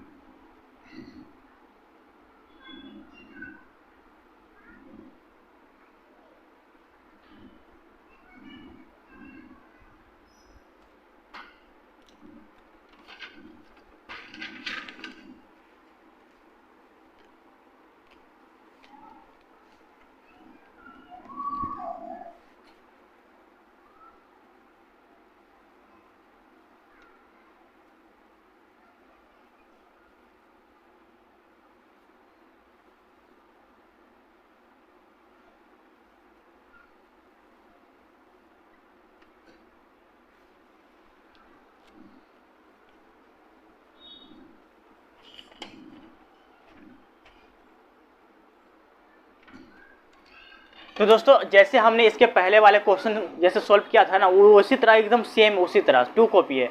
बस इसमें क्या करना है, फोर्स को जो ट्रांसवर्स फोर्स है इसमें डिफरेंट दे दिया गया है, क्योंकि उसमें था पॉइंट लोड था, है ना, कॉन्सेंट्रेटेड लोड था, और इसमें क्या कर दिया गया, यूडीएल लगा दिया गया है। तो वहाँ पे यहाँ पे पॉइंट लोड था, यहाँ पे यूडीएल है। तो हम इसे भी ना हम क्या करेंगे, पॉइंट लोड में कन्वर्ट कर देंगे। हमें पता है कि पॉइंट लोड में कैसे कन्वर्ट होता है, जब यूडीएल दिया हुआ तो पॉइंट लोड में कन्वर्ट कैसे होता है वो भी हमें सीखा था, है ना, एसएफडी बीएफडी में। तो देखो जैसे कि यहाँ पे ये पॉइंट ए है, ये पॉइंट बी है, तो इसका मतलब ये यूडीएल दिया हुआ, यूडीएल को हम क्या करेंगे, पॉइंट लोड में कन्वर्ट करेंगे। तो पॉइंट लोड में कन्वर्ट करने के लिए मतलब अज्यूम कर लेते हैं ये W किलो न्यूटन है पर मीटर है, ठीक है। तो हम ये पूरा लोड जो है, लोड को ना पूरा डिस्टेंस से मल्टीप्लाई कर देते हैं और इसके बीच पॉइंट पे लाद देते हैं। तो ये क्या होगा, ये हो गया W किलो न्यूटन, ये हो गया। यहाँ से यहाँ तक का डिस्टेंस कितना हो गया, L/2, और यहाँ से यहाँ तक का कितना हो गया, L/2 हो गया, ठीक है। तो बेसिकली ये समझ गया। अब हम देखते हैं, क्योंकि हमें इसमें ना हमें क्या निकालना है, मैक्सिमम स्लोप और मैक्सिमम डिफ्लेक्शन निकालना है। तो बेसिकली इसको तो हम यूडीएल से पॉइंट लोड में कन्वर्ट कर दिए, ठीक है, लेकिन हम क्या कर रहे हैं, मैक्सिमम स्लोप और मैक्सिमम डिफ्लेक्शन निकाल रहे हैं। तो हम यहाँ पे क्या करेंगे, एक सेक्शन कंसीडर करेंगे। तो सेक्शन हम इस तरह से यहाँ पे कंसीडर कर लेते हैं, हम अज्यूम कर लेते हैं ये सेक्शन यहाँ पे है, ये सेक्शन यहाँ पे है, सेक्शन यहाँ पे कंसीडर किए। अब हमें पता नहीं कि यहाँ से यहाँ डिस्टेंस कितना है, तो हम अज्यूम करते हैं ये डिस्टेंस x है, ठीक है। क्योंकि हम यहाँ पे एकदम ध्यान देने वाली बेसिक चीज़ें है, क्योंकि हम यहाँ से यहाँ तक का निकाल रहे हैं, क्या कर निकाल रहे हैं, हम यहाँ से यहाँ तक कंसीडर कर रहे हैं, ठीक है, यहाँ डिस्टेंस तक। तो यहाँ से यहाँ तक अगर डिस्टेंस से कंसीडर कर रहे हैं, तो इस पूरे पे भी तो यूडीएल लगा होगा ना दोस्त, इस पूरे पे भी यूडीएल लगा होगा। जब यूडीएल को पॉइंट लोड में कन्वर्ट करेंगे, जो क्योंकि ये यूडीएल जो है W किलोमीटर पर मीटर है और यहाँ डिस्टेंस x है, ठीक है। तो अगर इस यूडीएल को पॉइंट लोड में कन्वर्ट करेंगे तो क्या हो जाएगा, यहाँ से W हो जाएगा और WX हो जाएगा, है ना, WX होगा और WX होगा, और यहाँ से यहाँ तक का डिस्टेंस कितना हो जाएगा, x/2, और यहाँ से यहाँ तक का डिस्टेंस कितना हो जाएगा, x/2, ठीक है। और हमें क्या निकालना है, यहाँ पे मोमेंट निकालना है, इस पॉइंट पे मोमेंट निकालना है, ये पॉइंट A है और इस पॉइंट पे मोमेंट निकालना है, ठीक है। क्योंकि हम यहाँ सेक्शन कंसीडर किए हुए हैं, इस तरह से सेक्शन कंसीडर किया है, हमें इस पॉइंट पे मोमेंट निकालना है। तो मोमेंट क्या होगा, यहाँ पे देखेंगे, तो मोमेंट निकालने के लिए हम यहाँ पे लिख लेते हैं। तो मोमेंट क्या होगा, जैसे देखो, क्योंकि हम यहाँ से मोमेंट ले रहे हैं, तो मोमेंट यहाँ से लेंगे, तो देखो ये कौन सा, ये लोड लगा हुआ है, पॉइंट लोड लगा हुआ है, WX पॉइंट लोड है। पॉइंट लोड क्या, डाउनवर्ड की तरफ, मतलब हॉगिंग हो रहा है, तो डाउनवर्ड की तरफ होगा तो -WX होगा, ठीक है। अब कितना डिस्टेंस है इस पॉइंट से इस पॉइंट तक के बीच का, कितना डिस्टेंस है, x/2 है, तो इंटू x/2 कर देंगे, ठीक है। तो क्या कितना हो जाएगा, -WX²/2 हो जाएगा। तो ये जो मोमेंट हो जाएगा, मोमेंट कितना हो जाएगा, m = -WX²/2 हो जाएगा, ये हो जाएगा। ये क्या निकल गया, मोमेंट निकल गया। जितना भी रोना धोना हम अभी कर रहे थे ना, हम इसके लिए कर रहे थे। बेसिकली मैं इसे पूरा डिटेल में तोड़ तोड़ कर आपको समझाया हूँ। बहुत सारे टीचर जो है अपने आप शॉर्टकट करके निकल जाते हैं, आपको समझ में आया कि नहीं आया, कोई दिक्कत नहीं है। तो बेसिकली मैं आपको तोड़ तोड़ कर ब्रेक करके अच्छे से समझाने की कोशिश किया हूँ कि कैसे हम कर सकते हैं। बेसिकली कॉन्सेप्ट तो वही है ना, कॉन्सेप्ट वही, लेकिन उसके छोटे पार्ट में हम कैसे मोमेंट निकालते हैं, उसके ही पार्ट में कैसे मोमेंट निकालते हैं, वो चीज़ें ज़्यादा मैटर करती हैं, ठीक। पहले मैं पानी पी लेता हूँ दोस्त, मुझे प्यास लग गया थोड़ा सा ज़्यादा ही, मैं बोलते कुछ ज़्यादा ही प्यास लग जाता है, तो मैं थोड़ा पानी पी लेता हूँ, 2 मिनट का ब्रेक लेते हैं।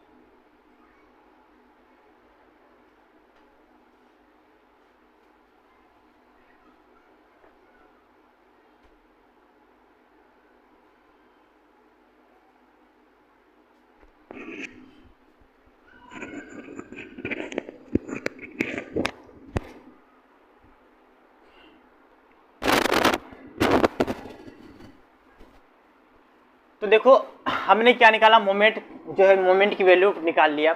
अब मोमेंट हमने निकाल लिया तो हमें पता है कि फॉर्मूला क्या होता है, इसका फॉर्मूला क्या होता है, ये फॉर्मूला ये होता है। बेसिकली मैं ना इसको मिटाते जाऊंगा क्योंकि मेरे पास जगह नहीं है और मेरे पास ऐसे स्मार्ट बोर्ड नहीं है कि मैं ऐसे कर करके इसको आगे बढ़ाते जाऊँ, ठीक है। मेरे पास जितना जगह नहीं, तो मैं मिटाते जाऊँगा। तो मिटाने से पहले मेरे मिटाने से पहले एक बार नोट कर लेना, ठीक है। नोट कर रहे हो तो फिर आपको कोई दिक्कत नहीं होगा, क्योंकि हमें पता है कि इसका फॉर्मूला क्या होता है। यार इंक भी नहीं है, इसका फॉर्मूला क्या होता है, EID²Y/dx², ठीक है, =m होता है ना। ये वाला फॉर्मूला हमें पता है, तो हम इस m को ना यहाँ पे ला के रख देंगे। तो हम रख देते हैं, चलो रख देते हैं इस पर। ये क्या होगा, EID²Y/dx², ठीक है। इसलिए यह यहाँ से भाई डिवाइड कर देता हूँ इधर। ये क्या हो गया, -WX²/2 ये क्या हो गया, चलो इतना ही है ना। तो अब क्या करेंगे, इसको ना एक बार इंटीग्रेट करेंगे, एक बार इंटीग्रेट करेंगे तो क्या होगा, E I D square sorry D Y upon D X equal to minus D X cube by 6 हो जाएगा ना, डी एक्स क्यू बाई 6 होगा यहाँ पे, ये प्लस हो जाएगा यहाँ पे सी हो जाएगा, ठीक है, कोई दिक्कत नहीं। C1 भी मान सकते हैं, सी भी मान सकते हैं, कोई दिक्कत नहीं है। इतना इतना तो आ गया। अब इसे क्या करेंगे ना, 2 बार मल्टीप्लाई इंटीग्रेट कर देंगे 2 टाइम। बेसिकली यार मैं इसको ना, क्योंकि ये बहुत ज़्यादा ज़रूरी है, तो इससे हम क्या करेंगे, एक बार ब्रैकेट करके इधर मैं लिख दूंगा, ये मिटा कर मैं इसको इधर लिख दूंगा, ठीक है। तो आप घबराना नहीं, ये आप ड्राइंग बना लेना। तो अगर हम क्या करेंगे, इससे ना इंटीग्रेट कर देंगे, इंटीग्रेट करेंगे एक बार और, क्योंकि एक बार इंटीग्रेट यहाँ पे किए, एक बार और इंटीग्रेट कर देंगे यहाँ पे। सॉरी ये हो गया,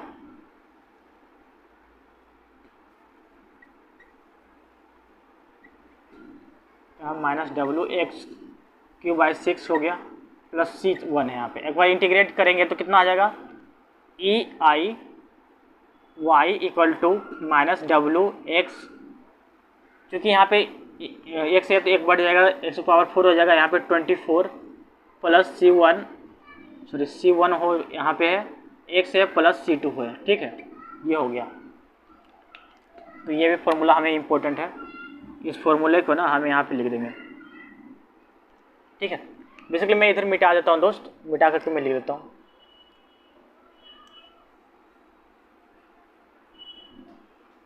क्योंकि हम C1 और C2 को वैल्यू निकालेंगे लिमिट पुट करके, तो ये दोनों फार्मूला हमें बहुत यूज करना पड़ेगा, याद ही नहीं रहेगा तो फिर कहाँ से यूज करेंगे। तो इस फार्मूला को हम इधर लिख देते हैं, ई आई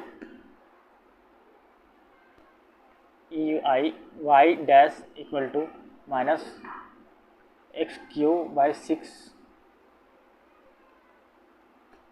प्लस C1 है ना, और दूसरा के ई आई वाई है, ठीक है, minus W x power 4 24 plus C1 x plus C2, ठीक है, बस 5 मिनट।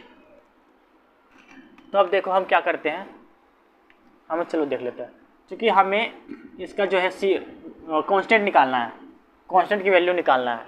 तो कांस्टेंट की वैल्यू निकालने के लिए ना हम क्या करेंगे, यहाँ पे लिमिट पुट करेंगे। तो at end of beam, beam पे क्या होगा, इसके बीम पे क्या होगा, तो इसका मतलब क्या, इस बीम पे क्या होगा, x इक्वल टू क्या होगा, x इक्वल टू एल हो गया, और D Y upon D X equal to 0 हो गया, ठीक है। मैंने बताया था कैंटिलीवर में इस एंड पॉइंट पे हमेशा डिफ्लेक्शन भी 0 होता है, और उसके बाद यहाँ पे स्लोप भी 0 होता है। तो इस वाले फार्मूला को यूज करेंगे।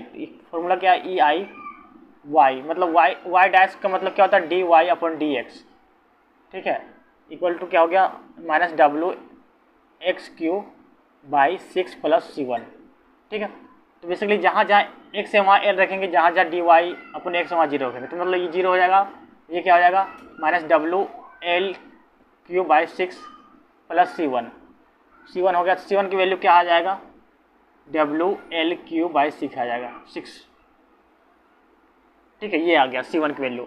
C1 की वैल्यू भी हम यहाँ पे लिख लेंगे, C1 की वैल्यू यहाँ लिख लेंगे डब्ल्यू एल क्यू बाई 6। अब हम निकालना है C2 की वैल्यू निकालना है। तो C2 की वैल्यू निकालने के लिए एट एंड पे क्या होता है, x इक्वल टू एल है और y इक्वल टू 0 है, ठीक है। तो ये वाला फॉर्मूला यूज करेंगे हम यहाँ पे, ई I Y minus W x पे पावर क्या है 4 upon 24 plus C1 x plus C2। देखो हम कैसे यूज करते हैं इसको, क्योंकि हमें क्या है, जहाँ जहाँ x है वहाँ l रखना है, जहाँ जहाँ y है वहाँ 0 कर देना है। तो यहाँ पे y है तो 0 कर देंगे, ठीक है, और यहाँ पे क्या है, x है तो क्या करेंगे, l लगा देंगे, l पे पावर 4 अपॉन 24 प्लस c की वैल्यू क्या निकल रहा है यहाँ पे, डब्ल्यू एल क्यू बाई 6 है ना, और x की वैल्यू यहाँ पे l है, l प्लस यहाँ क्या C2 है, C2। अब हम इसे ना एलसीएम निकालेंगे तो कितना आ जाएगा, 24/6, 24 ही आएगा, एलसीएम निकालेंगे 24 तो माइनस WL⁴ प्लस 4WL³ हो जाएगा प्लस C2। आई होप दोस्तों आपको दिखाई दे रहा होगा, मेरा मार्कर थोड़ा कम हो गया, डालना पड़ेगा, कोई बात नहीं, अभी डाल देंगे।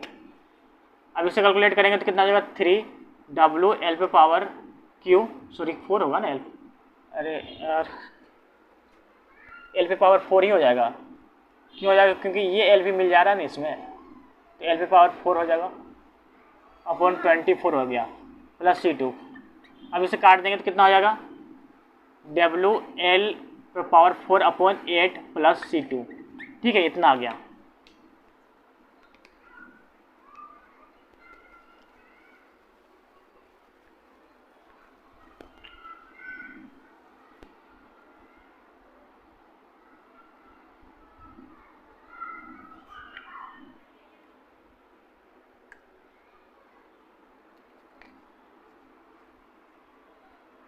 तो देखो हम क्या कर रहे हैं, मतलब यहाँ पे तो 0 था, यहाँ पे तो इसकी C की वैल्यू कितना आ गया, C2 की वैल्यू माइनस WL⁴ अपॉन 8 आ गया। ठीक है, ये आ गया। जब ये आ गया, इतना आ गया C2 की वैल्यू, C2 की वैल्यू हम यहाँ पे लिख देंगे, C2 की वैल्यू ये है, क्या है, माइनस WL⁴ अपॉन 8 आ गया। ठीक है, अब हम क्या करेंगे, अब हम मैक्सिमम स्लोप और मैक्सिमम डिफ्लेक्शन फाइंड आउट करेंगे। फिर मैक्सिमम स्लोप निकालेंगे। तो मैक्सिमम स्लोप कहाँ आता है, कैंटिलीवर बीम में, इसके एंड पॉइंट पे, जहाँ पे फ्री है। एक तो एक एंड जो है फिक्स है, एक एंड फ्री है। जहाँ पे फ्री एंड है वहाँ पे मैक्सिमम स्लोप और मैक्सिमम डिफ्लेक्शन आता है। तो फॉर मैक्सिमम लिखेंगे, for maximum slope, for maximum slope, maximum slope. ठीक है, फॉर मैक्सिमम स्लोप क्या होगा, मतलब थीटा ए हो जाएगा, थीटा ए, क्योंकि हम यहाँ पे निकाल रहे हैं। तो चलो देखो हम क्या निकालेंगे, ई वाला फॉर्मूला यूज करेंगे। ठीक है, तो EI dy upon dx equal to, यहाँ क्या होगा, x इक्वल टू 0 हो जाएगा। ठीक है, क्योंकि यहाँ पे निकाल रहे हैं तो यहाँ पे कोई डिस्टेंस है ही नहीं, x इक्वल टू 0 होगा ना, क्योंकि यहाँ से स्टार्ट ही हो रहा है डिस्टेंस। तो यहाँ x इक्वल टू 0 हो गया, यहाँ x इक्वल टू L हो गया। तो हम यहाँ पे निकाल रहे हैं, तो देखो ये क्या कितना हो गया, यहाँ पे फिर रखेंगे minus WX³ upon 6 plus C1 की वैल्यू क्या है, C1 की वैल्यू है WL³/6। अब जहाँ पे x से वहाँ 0 कर देंगे तो क्या होगा, EI थीटा, यहाँ पे देखेंगे x इक्वल टू 0, तो थीटा ए हो गया यहाँ पे, क्योंकि यहाँ पे निकाल रहे हैं। तो theta A equal, EI theta A equal to, यहाँ पे 0 हो गया ना, प्लस क्या होगा WL³/6। तो अब थीटा ए की वैल्यू निकालेंगे तो कितना हो जाएगा WL³/6 EI। ठीक है, तो ये क्या हो गया, मैक्सिमम स्लोप, ये क्या हो गया, मैक्सिमम स्लोप हो गया, मैक्सिमम स्लोप का वैल्यू निकल आया। ठीक है, अब हम क्या निकालना है, मैक्सिमम डिफ्लेक्शन का वैल्यू निकालना। तो फॉर मैक्सिमम डिफ्लेक्शन निकालते हैं, for maximum deflection, maximum deflection का अगर निकालेंगे तो क्या निकला, YA निकलेगा। ठीक है, YA 8 होगा, x equal to 0, x equal to 0 पे निकलेगा। ठीक है, तो बेसिकली हमें क्या है, हमें ये वाला फॉर्मूला यूज करना है, EI y है प्लस ये क्या है, minus WX⁴ upon 24 plus C1 की वैल्यू क्या है यहाँ पे WL³/6, x भी है यहाँ पे, प्लस C2 की वैल्यू क्या है, माइनस WL⁴ अपॉन 8 दिया हुआ है। ठीक है, अब हम देखते हैं दोस्त कि जहाँ x है वहाँ की वैल्यू 0 हो जाएगी, तो मतलब यहाँ पे 0 हो जाएगा, यहाँ पे भी 0 हो जाएगा। ठीक है, तो क्या बच गया, EI y equal to minus WL⁴ upon 8, ये हो गया। तो मतलब इसका जो वैल्यू आ रहा है ना, इसका वैल्यू y इक्वल टू क्या आ रहा है, YA equal to minus WL⁴ upon 8 EI आ रहा है। तो ये जो है इसका डिफ्लेक्शन, मैक्सिमम डिफ्लेक्शन आ गया। ये क्या है, मैक्सिमम डिफ्लेक्शन।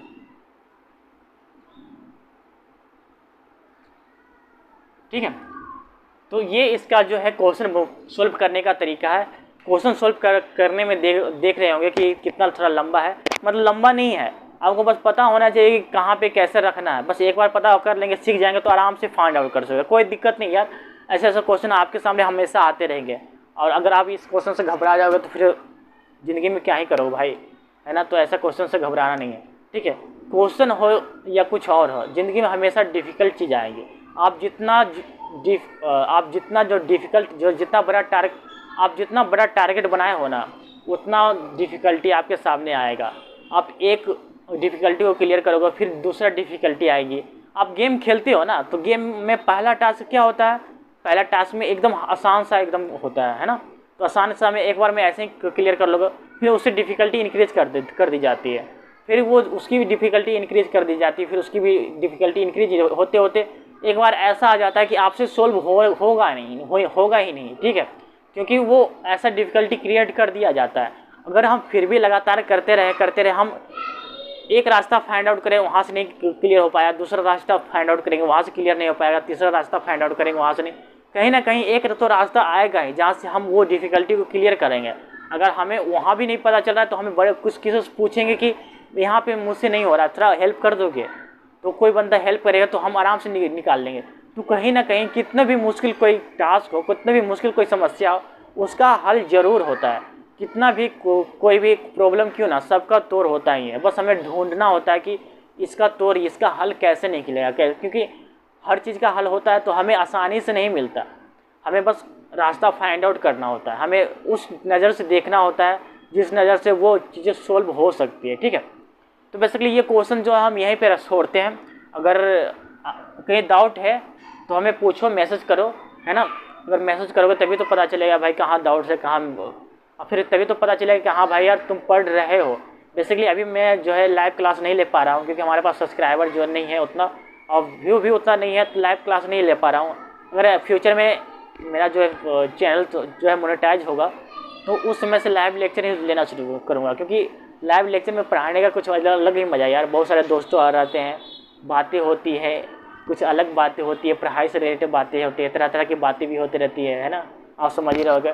तो उसमें काफ़ी इंटरटेनमेंट होता है। पढ़ाई के साथ साथ बहुत सारी चीज़ें बात कर लेते हैं, करियर के बारे में बात कर लेते हैं, आने वाले जो करंट अफेयर चल रहे हैं उसके बारे में बात कर लेते हैं, बहुत सारे अलग जो सोशल नॉलेज हमें मिल जाता है।